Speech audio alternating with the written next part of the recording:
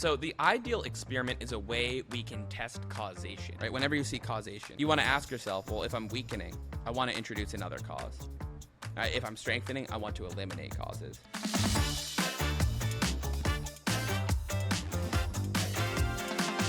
Hi, everyone. Welcome to the 7Sage LSAT Podcast. My name is Henry Ewing, and I'm joined with my co-host, Aastha and Henry. Today, we've got a fun little episode. Henry's going to walk us through a couple examples of an ideal experiment and what that means for the LSAT and different things that you should be looking out for.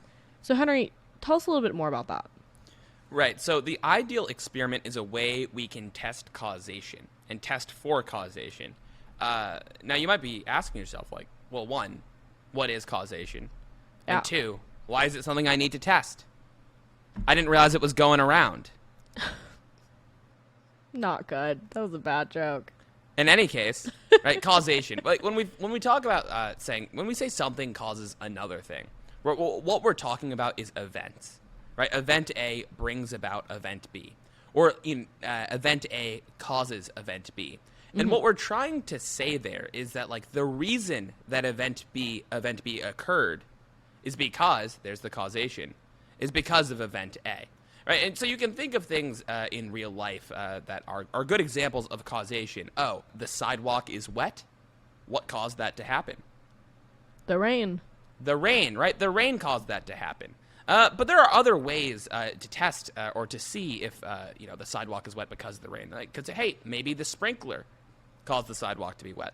Maybe I poured out some water, and that caused the sidewalk to be wet. And in causation, we experience it every day in our lives, right? Most things are caused by something. Right? Oh, why are the lights on? Because I flicked the light switch on. But that's also not the only cause. You have to have electricity in your house too, right, for the light switch to turn on the lights. And so causation is a very thorny subject, even though it seems like something that you would intuitively grasp. And to really explore the thorniness of causation, I've got a couple fun examples that I have found on the internet. Who decided they were fun? I think they're fun. I think they're fun. For context, I have You don't even know what the examples are. Yeah, I know. I was just about to say, I haven't even seen this list fun? of examples, so we'll decide if they're fun together. But one thing I want to say before we jump into the examples that Henry's pulled out is that causation is one of those things on the test that I think is so easy for people to bring their own assumptions into and to connect things that intuitively feel like they should be connected, but when it comes to the LSAT, they almost never are. Right? If you ever see on the LSAT something caused something else, there should be alarms ringing in your head, right? You should always be second guessing. How do we actually know that those two things are connected? How do we actually know that one led to the other and it wasn't the other way around or some third thing caused both of them? It's a really fundamental concept on this test that if you aren't able to break out of the assumptions that you're making of causation, or you're not able to identify when something is incorrectly connected, you're going to get tripped up. Right, especially on those harder questions on LR. So really something to keep in mind. If you make assumptions on this test, it will go poorly. Aastha and Henry, everyone. Thank you. Thank you. Be here next week. Yeah, don't make assumptions. it's one of I say that and, like, we can laugh about it and it's funny, but, like, the amount of times that I see students struggle with LR and it's that really hard question, and a lot of times this is where it gets me, where I'll ask one of my students to do a wrong answer journal. And so they'll go through their LR section, look at all the questions they missed, and in their, why did I get this question wrong, their explanation is, I didn't read closely. Oh, I missed that it said that this caused the other thing. I thought it just said something else, whatever it is. A lot of times on LR, when you are just saying, oh, I should have read more closely, I should have been more careful, that was just a dumb mistake to make, what you're really saying is that I didn't identify the causal logic here. Or I didn't see that these two things were connected, that they were trying to correlate them or prove some kind of causation. So if you're looking at your wrong answer journal and you're not able to properly identify why it is that you got an LR question wrong, see if there's an element of causation that you missed, and then listen to this episode so you can get better at identifying that. It's a really, really important trend. I can't emphasize that enough. Yeah, right. And just bouncing off of that, there are two types of logic that we see on the test all the time, right? One is the conditional reasoning logic, the if-then statements, and the other one is the causal logic. Oddly enough, right, I think easy causal logic questions people tend to get or have an easier time with than easy conditional reasoning questions. But harder causal logic questions tend to be a lot harder than harder conditional reasoning questions, at least in my experience, I think because that's fair. There's a certain mathematic component to conditional reasoning. Whereas causal logic, you have to have a pretty comprehensive understanding of why it's thorny and both how you can prove causation.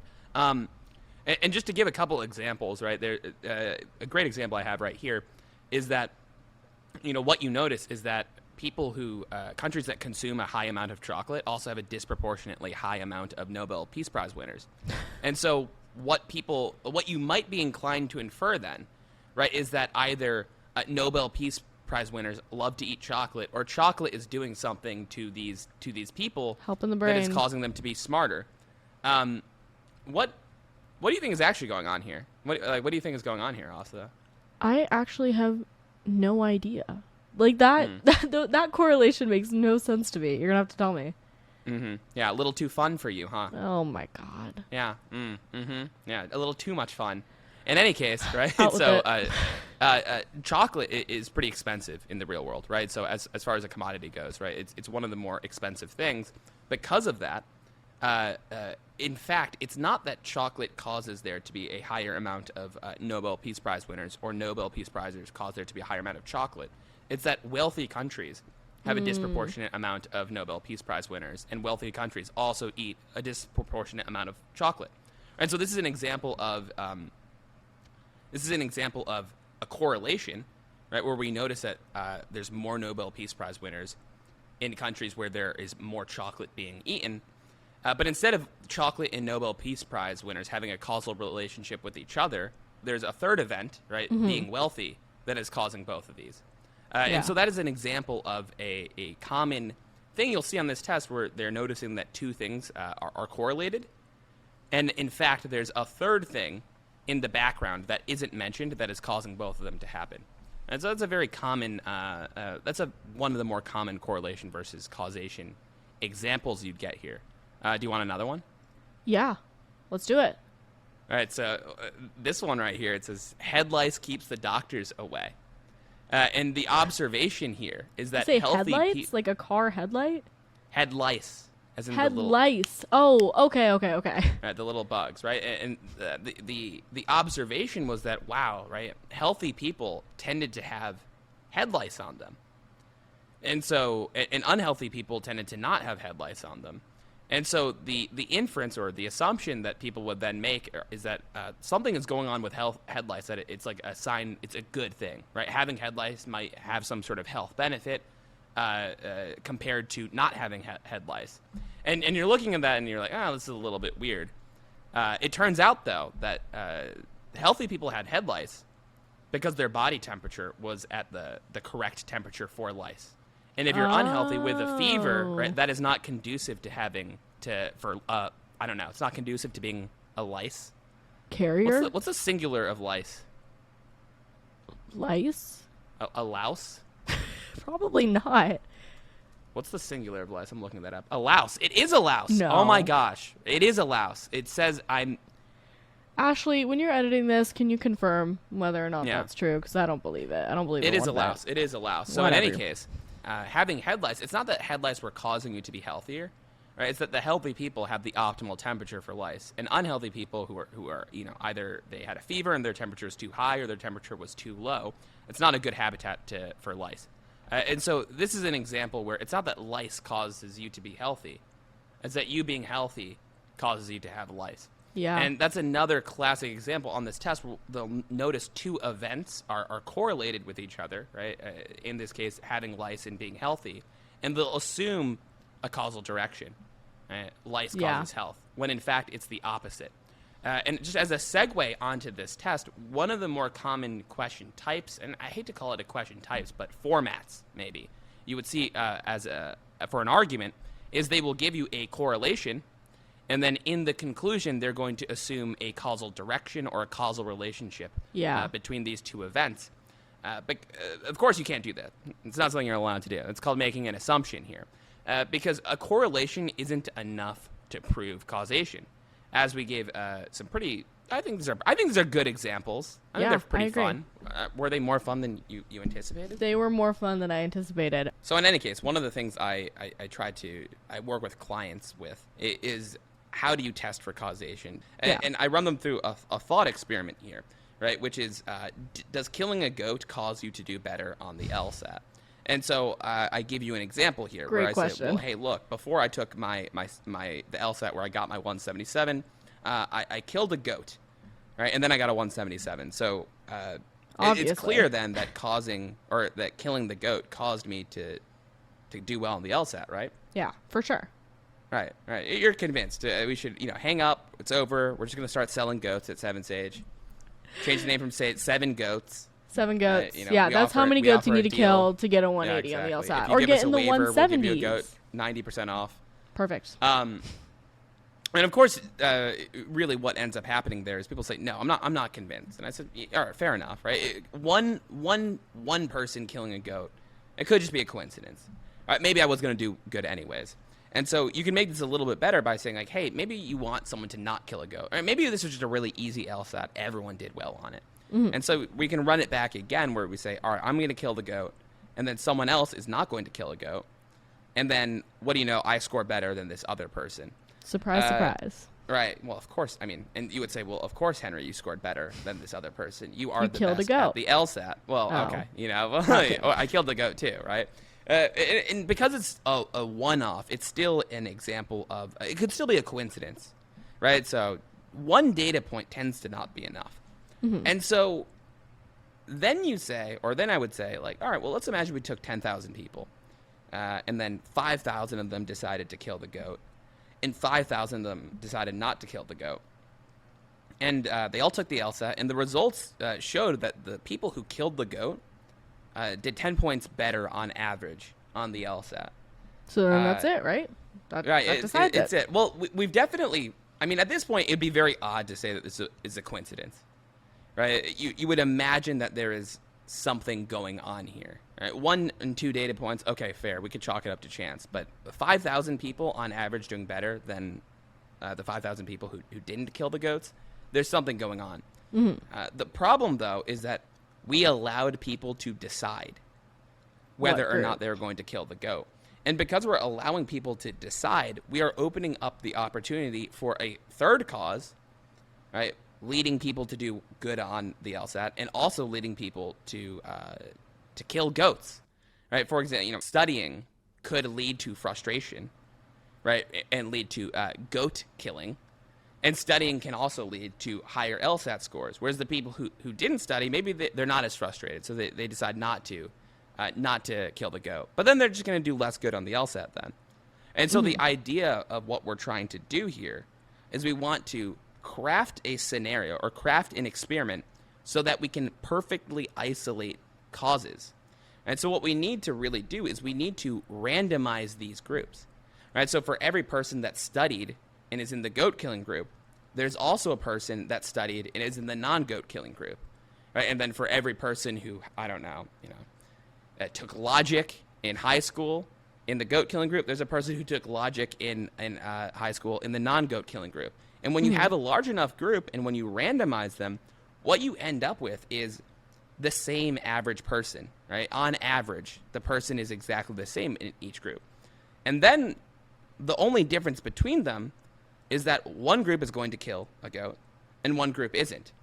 And if you look at the results afterwards and you find that the goat killing group did better on the LSAT than the non-goat killing group, well, that would be pretty good evidence then that the goat killing led to a higher LSAT performance.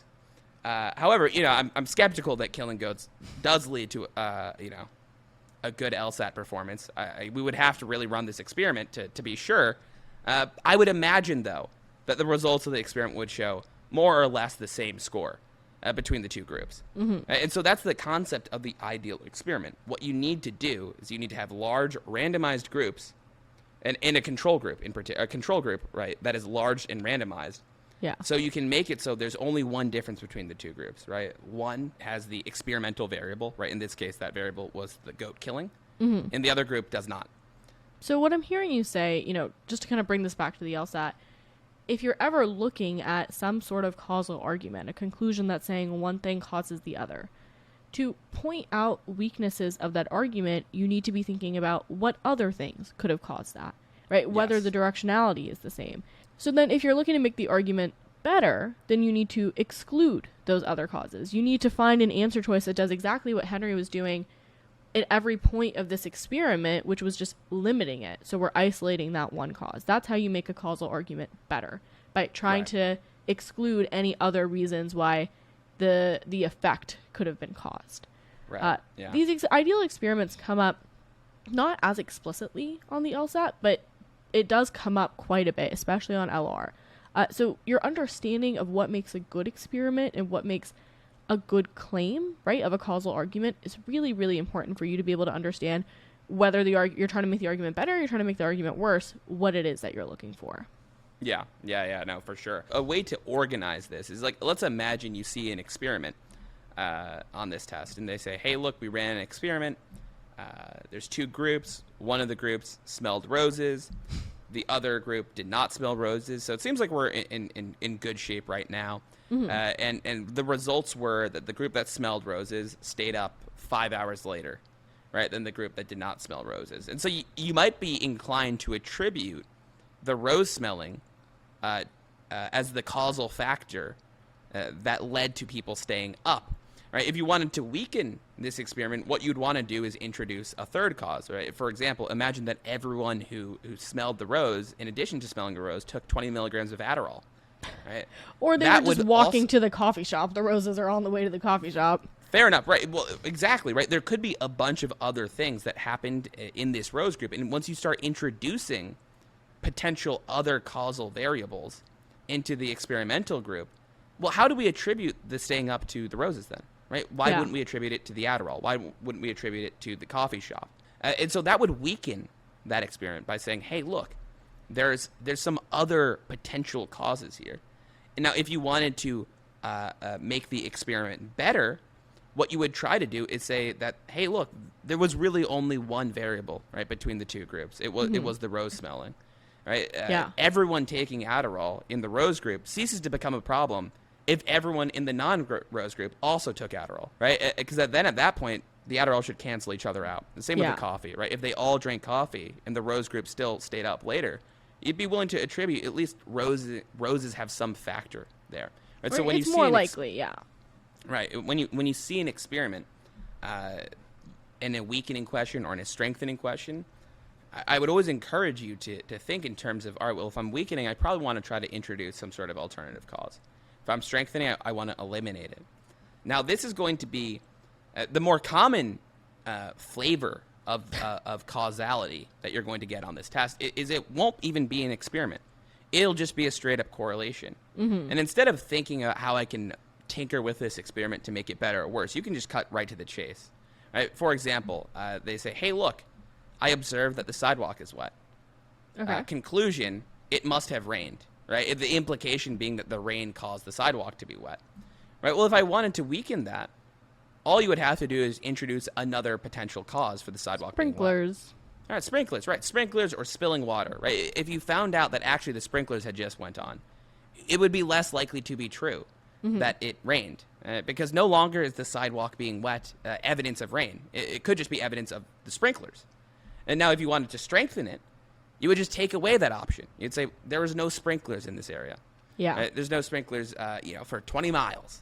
Right? And then what we're doing there is we're eliminating another cause. The ultimate end goal here is that it's very rare that you're going to get an ideal experiment on this test because ideal experiments there's a lot of things that need to go right.